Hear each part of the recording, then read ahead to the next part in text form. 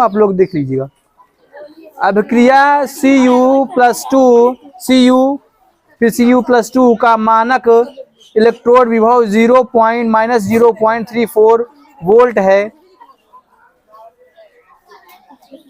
Cu+2 के किस सांद्रता पर इसका इलेक्ट्रोड विभव 0 होगा? कर लो बात, पता नहीं। ठीक है, E0 की वैल्यू है -3.4 वोल्ट है, और जो कह रहा है जो किस सांद्रता पर, मतलब मैं क्या कर रहा हूं, सांद्रता को तो कोष्टक में लिख देना जी, क्यों जी? Cu+2 की किस सांद्रता पर, मतलब इसको क्या करना है, निकालना है। बोलो विभव क्या होगा, 0 होगा, मतलब E क्या होगा, 0 होगा। देखो इसमें अंतर क्या है, कहा कि मानक अवस्था में, क्या कहा है, मानक अवस्था में है, तो मानक अवस्था में इसको ऐसे लिखते हैं, जीरो लगा, ई में 0 लगा कर लिखते हैं, तो मानक अवस्था में ये दिया है, और किसी सांद्रता पर क्या दिया है, विभव 0 हो जाएगा, इसकी वैल्यू क्या करना है, निकालना है। बोलो जी। और नंबर ऑफ इलेक्ट्रॉन आप देखे होंगे क्या है, Cu से क्या बना है, Cu+2 बना है, इसका मतलब ये क्या किया है, 2 इलेक्ट्रॉन को इसने क्या किया है, त्यागा है, मतलब ठीक है। नंबर ऑफ n क्या है, n बराबर क्या लिखेंगे, n बराबर आप लिखेंगे 2 लिखेंगे। ठीक है, तो फार्मूला क्या है नर्स का समीकरण वाला, E = E0, हम यहाँ पे सेल लिख देंगे, सेल के लिए हो जाएगा, फिलहाल ये सेल के लिए नहीं है, -+0.059/n log। अच्छा मान लो ना पता हो, ये क्या है, ये उत्पाद की सांद्रता बटे अभिकारक की सांद्रता। बोलो जी, ये Cu+2 बटे Cu, ठीक है। और आपको पता है कि ये क्या है, Cu क्या है, ठोस है, ये आयन है, ठोस की सांद्रता क्या होती है, 1 होती है, इसकी वैल्यू क्या होगी हमेशा, कोई भी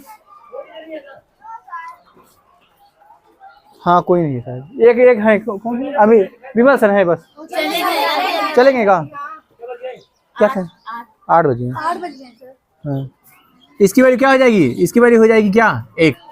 बोलो बात समझे कि नहीं, देखिए तो क्या निकलेगा E = E0 + 0.059/n log 10, और यहाँ पे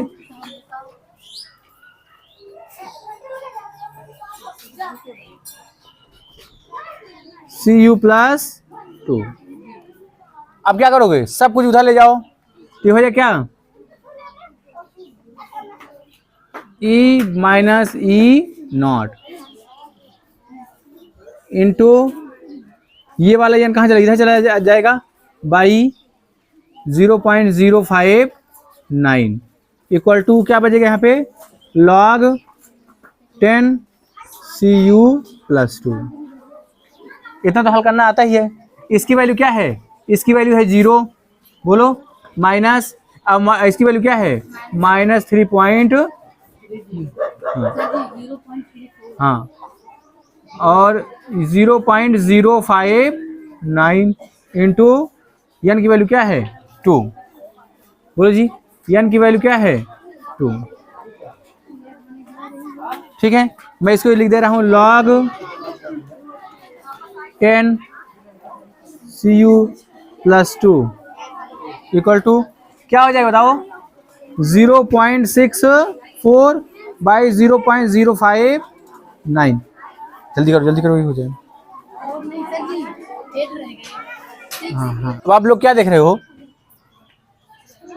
बात ना करो प्लीज। अब आप लोग देख रहे होगे कि log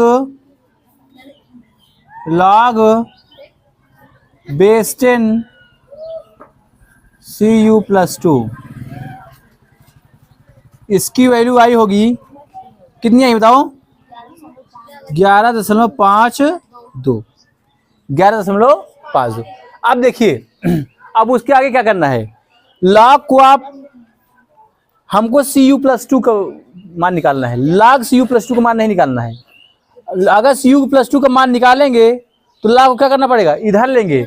अच्छा, जब इधर लेंगे तो उसे बोलते हैं एंटी लॉग। क्या बोलते हैं, एंटी लॉग। कहने का मतलब ये ऐसे रहेगा, कहने का मतलब ये है कि Cu+2 की सांद्रता बराबर anti log, anti log base 10 11.52 दिखाई दे रहा है वहां पे, इसमें हाँ दिख रहा है, दो नहीं दिखा। अच्छा नहीं, चलो ये इधर इधर लिख दे रहे हैं। हाँ हाँ, इधर इधर लिख दे रहे हैं। हाँ देखिए, ये दिख रहा है। हाँ देखिए क्या रहेगा, इसको इधर लाओगे, लॉग को इधर लाओगे तो ये हो जाएगा एंटी लॉग। क्या हो जाएगा, तो Cu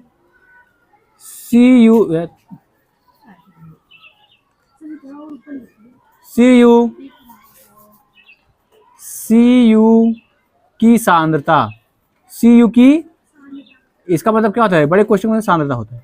Cu+2 की सांद्रता क्या हो जाएगा, anti log, anti log base 10। अब ये हो जाएगा 11.52। अब एग्जाम में आपको एंटी लॉग 11.52 की वैल्यू दी होगी। बोलो जी, क्या दी होगी, 11। अगर ऐसे आ गया तो आपको एंटी लॉग की वैल्यू दी होगी, क्योंकि जो है किसी के अंदर इतनी क्षमता नहीं है कि इसको क्या करे, तुरंत निकाला जा सकता है। ऐसा नहीं कि नहीं निकाला जा सकता, लेकिन वो मैथ का पार्ट है। और इसका मान क्या होता है, इसका मान होगा 3.5 3.35 3 × 10⁻⁻12 3.35 3 × 10⁻⁻12 मोलर। ठीक है, किसकी वैल्यू, Cu की, Cu की। हाँ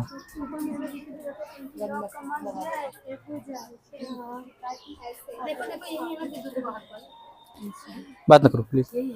निम्नलिखित सेल का मानक विद्युत वाहक बल ज्ञात करो।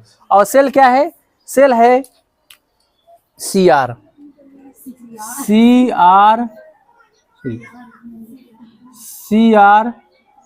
Plus Cu+2 Cr plus Cu+2 से क्या बना है, Cr+2 प्लस Cu।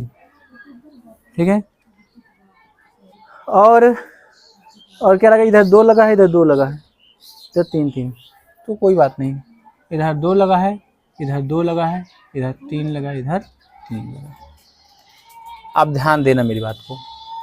इससे क्या पूछा है, इस सेल का विद्युत वाहक बल। पूछो ये सेल कैसे है, पूछो ये सेल का, रुको और हाँ, अभी एक और वैल्यू दिया है, एक और वैल्यू दिया है E0RP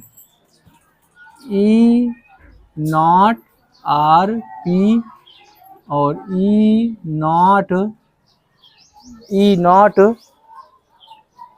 E0RPCU दिया है।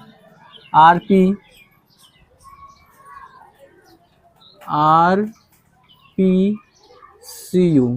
यहाँ पे Cr की वैल्यू दिया है।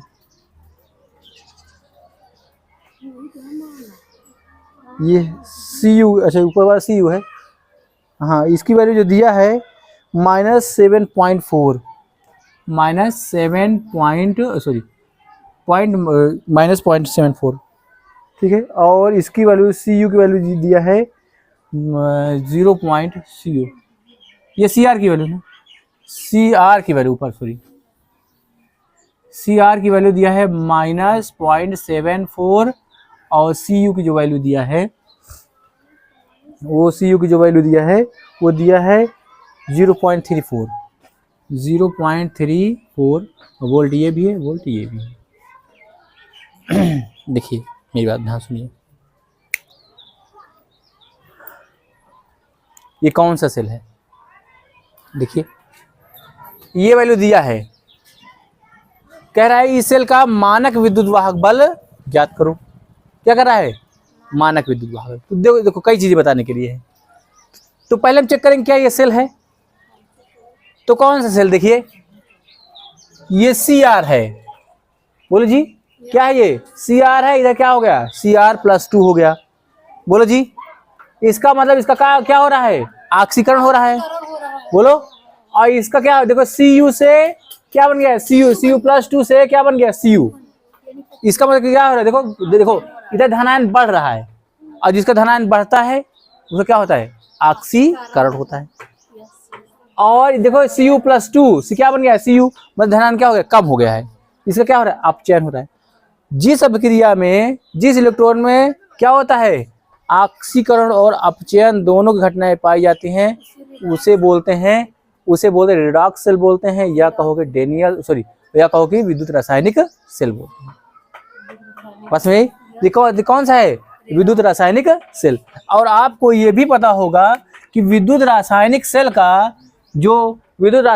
का जो सिंबल होता है वो क्या होता है, क्या होता है बताओ, क्या होता है, लेफ्ट क्या बोलते हैं, लोन, LOAN। लेफ्ट में क्या रहता है, लेफ्ट में जिसका ऑक्सीकरण होता है, लेफ्ट में किसका होता है, जिसका ऑक्सीकरण होगा। ऑक्सीकरण किसका हो रहा है, ये हो रहा है, इसका और इसका हो रहा है। मतलब Cr से क्या बन रहा है, बोलो Cr+2 बन रहा है, भूल गए हो ना। फिर बैरियर लगा होता है। फिर इधर क्या होता है, वो देखो जिसका लेफ्ट में कौन रहेगा, जिसका ऑक्सीकरण होगा, और ये सिरा क्या होगा, एनोड कहलाएगा। ये क्या होगा, निगेटिव होगा, ये पूरा हो गया। अब बाकी क्या होगा, लेफ्ट वाला राइट वाला क्या होता है, Cu+2 से क्या बन रहा है, Cu, बोलो जी Cu। बस समझ गए ना मेरी बात को, ये क्या है, ये बात थी। अब देखिए ये क्या है, अच्छा सेल का मानक विद्युत वाहक बल निकालेंगे, तो सेल का मानक विद्युत वाहक बल क्या होता है, वो बोलो E एनोड, बोलो जी E एनोड, और प्लस E कैथोड होता है। समझ गए ना, कि एनोड वैल्यू लिख दो और कैथोड वाली वैल्यू लिख दो, बोलो क्या है। अच्छा एनोड क्या है, एनोड क्या होता है, जिस पर ऑक्सीकरण होता है, बोलो जी तो ई सेल, देखो ध्यान से सुना, ई सेल मैं कई बार बता रहा हूँ, ई सेल अगर सेल का पूछा है तो सेल, ई सेल, इसको मैं क्या लिख सकता हूँ, इसको मैं लिख सकता हूँ, यहाँ ऑक्सीकरण हो रहा है ना, ऑक्सीकरण पोटेंशियल, ऑक्सीकरण ये क्या है, OR का मतलब होता है ऑक्सीकरण पोटेंशियल, ऑक्सीकरण का विभव, बोलो जी। और प्लस ये कैथोड में क्या होता है, अपचयन होता है, इसको मैं लिख सकता हूं CRP,